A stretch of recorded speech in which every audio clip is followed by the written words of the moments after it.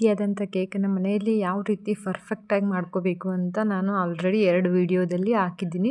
ಇದು 3ನೇ ವಿಡಿಯೋ. ಈ ವಿಡಿಯೋದಲ್ಲಿ ಸ್ಪಂಜ್ಗೆ ಕೇಕನ್ನು ಯಾವ ರೀತಿ ಅಪ್ಲೈ ಮಾಡಬೇಕು ಅಂತ ಫುಲ್ ಡೀಟೇಲ್ಸ್ ಹಾಕಿ ಹೇಳ್ಕೊಟ್ಟಿದ್ದೀನಿ. ಬನ್ನಿ ನೋಡಿ. Hello friends, welcome back to Surekha R S ಕಿಚನ್ಗೆ. ಫ್ರೆಂಡ್ಸ್, ನಾನು ಈಗಾಗಲೇ ಸ್ಪಂಜನ್ನು ಯಾವ ರೀತಿ ಮಾಡ್ಕೋಬೇಕು ಮತ್ತು ಕ್ರೀಮನ್ನು ಯಾವ ರೀತಿ ತಯಾರು ಮಾಡ್ಕೋಬೇಕು ಅಂತ 2 ವಿಡಿಯೋದಲ್ಲಿ ಹೇಳ್ಕೊಟ್ಟಿದ್ದೀನಿ.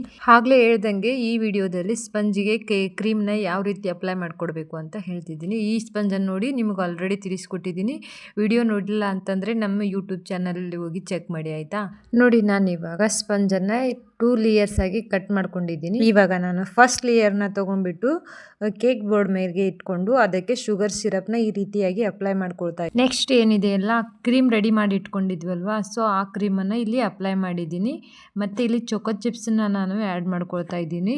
ನೀವೇನಾದರೂ ಚಾಕ್ಲೇಟ್ ಕೇಕ್ ಮಾಡ್ಕೊಳ್ತಿದ್ರೆ ಇಲ್ಲಿ ಚೊಕೋ ಚಿಪ್ಸ್ನ ಕಂಪಲ್ಸರಿ ಆ್ಯಡ್ ಮಾಡಿ.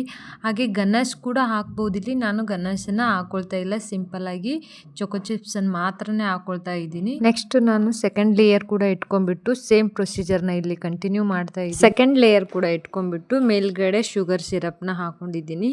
ಇದು ಹೆಗ್ಗಿಂದ ಸ್ಪಂಜ್ ಮಾಡಿರೋದ್ರಿಂದ ಶುಗರ್ ಸಿರಪ್ ಸ್ವಲ್ಪ ಜಾಸ್ತಿನೇ ಹಾಕ್ಕೊಳ್ಬೇಕಾಗುತ್ತೆ.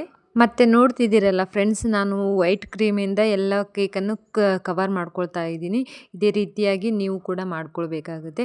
ಇಷ್ಟು ಆದಮೇಲೆ ನಾವು ತ್ರಮ್ ಕೋಟಿಂಗ್ ಅಂತೀವಿ ಇದಕ್ಕೆ. ಇದನ್ನು ಸ್ವಲ್ಪ ಒಂದು 10 ನಿಮಿಷ ಫ್ರಿಜ್ಜಲ್ಲಿ ಇಟ್ಕೋಬೇಕಾಗುತ್ತೆ ಸೆಟ್ ಆಗೋದಕ್ಕೋಸ್ಕರ.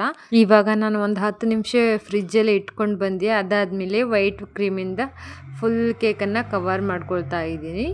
ನೆಕ್ಸ್ಟ್ ನಾನು ಡೆಕೋರೇಷನ್ಗೋಸ್ಕರ ಪಿಂಕ್ ಕಲರ್ ಕ್ರೀಮನ್ನು ಯೂಸ್ ಮಾಡ್ಕೊಳ್ತಾ ಇದ್ದೀನಿ. ನನ್ನ ಹತ್ರ ಆಲ್ರೆಡಿ ಸ್ವಲ್ಪನೇ ಪಿಂಕ್ ಕಲರ್ ಕ್ರೀಮ್ ಇತ್ತು, ಅದನ್ನೇ ಇಲ್ಲಿ ಅಪ್ಲೈ ಮಾಡ್ತಾ ಇದ್ದೀನಿ. ಸ್ವಲ್ಪ ಅಲ್ಲಿ ನೋಡ್ಬೋದು, ನಿಮಗೆ ಕಾಣಿಸ್ತಿದೆ ಅಲ್ವಾ? ನೋಡಿ, ಇವಾಗ ಮೇಲ್ಗಡೆನೂ ಸ್ವಲ್ಪ ಅಪ್ಲೈ ಮಾಡಿಬಿಟ್ಟು ಅದನ್ನು ಸಿಂಪಲ್ಲಾಗಿ ನಾನು ಒಂದು ವಿಸಿಟಿಂಗ್ ಕಾರ್ಡಿಂದ ಈ ರೀತಿಯಾಗಿ ಟರ್ನಿಂಗ್ ಟೇಬಲ್ನ ಟರ್ನ್ ಮಾಡ್ಕೊಳ್ತಾ ಇದ್ದೀನಿ. ಇದೇ ರೀತಿಯಾಗಿ ತಿರುಗಿಸ್ತಾ ಹೋದರೆ ನಮಗೊಂದು ಇಲ್ಲಿ ಶೇಪ್ ಸಿಗುತ್ತೆ ಚೆನ್ನಾಗಿರೋದು. ಮತ್ತು ಮೇಲ್ಗಡೆ ನಾನು ಬ್ರಷರಿಂದ ಈ ರೀತಿಯಾಗಿ ಸುಮ್ಮನೆ ಸಿಂಪಲ್ಲಾಗಿ ಒಂದು ಡಿಸೈನ್ ಮಾಡ್ಕೊಂಡಿದ್ದೀನಿ. ಫ್ರೆಂಡ್ಸ್, ನಿಮ್ಗೆ ಇದೇ ರೀತಿ ಕೇಕ್ ವಿಡಿಯೋ ಬಗ್ಗೆ ಮಾಹಿತಿ ಬೇಕಂದರೆ ನಮ್ಮ ಚಾನಲ್ನ ಸಬ್ಸ್ಕ್ರೈಬ್ ಮಾಡ್ಕೊಳ್ಳಿ ಮತ್ತು ಬೆಲ್ ಐಕನ್ನ ಕ್ಲಿಕ್ ಮಾಡಿ. ನಾವು ಹಾಕಿರೋ ಪ್ರತಿಯೊಂದು ವಿಡಿಯೋ ಕೂಡ ನಿಮ್ಮಲ್ಲಿ ಬಂದು ಬೇಗನೆ ತಲುಪುತ್ತೆ. ಮತ್ತು ನಿಮಗೆ ಏನಾದರೂ ಕೇಕ್ ಬಗ್ಗೆ ಡೌಟ್ಸ್ ಇದ್ದರೆ ನೀವು ಆರಾಮಾಗಿ ನನಗೆ ಕಮೆಂಟ್ ಬಾಕ್ಸಲ್ಲಿ ಕಮೆಂಟ್ ಮಾಡ್ಬೋದು. ನಾನು ಅದಕ್ಕೆ ಆನ್ಸರ್ ಮಾಡೋಕ್ಕೆ ಟ್ರೈ ಮಾಡ್ತೀನಿ. ಟ್ರೈ ಅಲ್ಲ, 100% ಆನ್ಸರ್ ಮಾಡ್ತೀನಿ ನಾನು.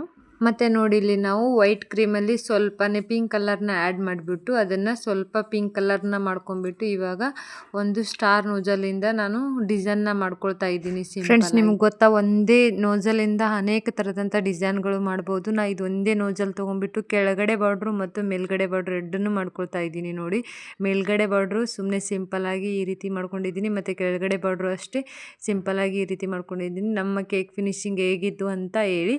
ಮತ್ತು ಇದನ್ನು ನಿಮಗೆ ಕೊಯ್ದು ಬಿಟ್ಟು ಕೂಡ ತೋರಿಸ್ತಾ ಇದ್ದೀನಿ. ಯಾಕಂತಂದರೆ ಇದು ಎಕ್ಸ್ಪೆಷಲಿ ನಿಮಗೋಸ್ಕರನೇ ಮಾಡಿದ್ದು, ನಿಮ್ಗೆ ತೋರಿಸ್ಬೇಕಂತಲೇ ಮಾಡಿದ್ದು. ಸೊ ಅದಕ್ಕೋಸ್ಕರ ನೋಡಿ, ಇವಾಗ ಇದನ್ನು ಕಟ್ ಮಾಡೋಣ ಬನ್ನಿ, ಹೆಂಗಿದೆ ಅಂತ ತೋರಿಸ್ತಾ ಇದ್ದೀನಿ. ಡಿಸೈನ್ ಮಾತ್ರ 1 ನಂಬರ್ ಕಾಣಿಸ್ತಿದೆ ಅಲ್ವಾ ಫ್ರೆಂಡ್ಸ್? ಬೇಕರಿಗಿಂತ ಏನೂ ಕಮ್ಮಿ ಇಲ್ಲ.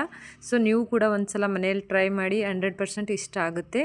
ಇಲ್ಲಿ ನೋಡಿ, ನಾನು ಕಟ್ ಮಾಡ್ತಾ ಇದ್ದೀನಿ. ನಾನು ನೆಕ್ಸ್ಟ್ ಡೇ ಕಟ್ ಮಾಡಿದ್ದು, ಒಂದಿನ ಫ್ರಿಜ್ಜಲ್ಲಿ ಇಟ್ಟಿದ್ದೆ. ಆ ದಿನ ನಮ್ಮ ಮನೆಯಲ್ಲಿ ಸ್ವಲ್ಪ ಸ್ವೀಟ್ ಜಾಸ್ತಿ ಇತ್ತು, ಯಾರೂ ತಿನ್ನಲಿಲ್ಲ. ಅದಕ್ಕೋಸ್ಕರ ನೆಕ್ಸ್ಟ್ ಡೇ ಕಟ್ ಮಾಡ್ತಾ ಇದ್ದೀನಿ. ಫ್ರೆಂಡ್ಸ್, ನೋಡಿ ಎಷ್ಟು ಚೆನ್ನಾಗಿ ಬಂದಿದೆ ಅಂತ ಕೇಕು. ಎಲ್ರಿಗೂ ತುಂಬಾ ಇಷ್ಟ ಆಯಿತು. ನಿಮಗೂ ಇಷ್ಟ ಆದರೆ ಲೈಕ್ ಮಾಡಿ, ಶೇರ್ ಮಾಡಿ, ಸಬ್ಸ್ಕ್ರೈಬ್ ಮಾಡಿ. ಮತ್ತು ಇಂಥದ್ದೇ ಒಂದು ನೆಕ್ಸ್ಟ್ ವೀಡಿಯೋದಲ್ಲಿ ಸಿಗೋಣ. ಅಲ್ಲಿ ತನಕ ಎಲ್ರಿಗೂ ಬಾಯ್ ಬಾಯ್.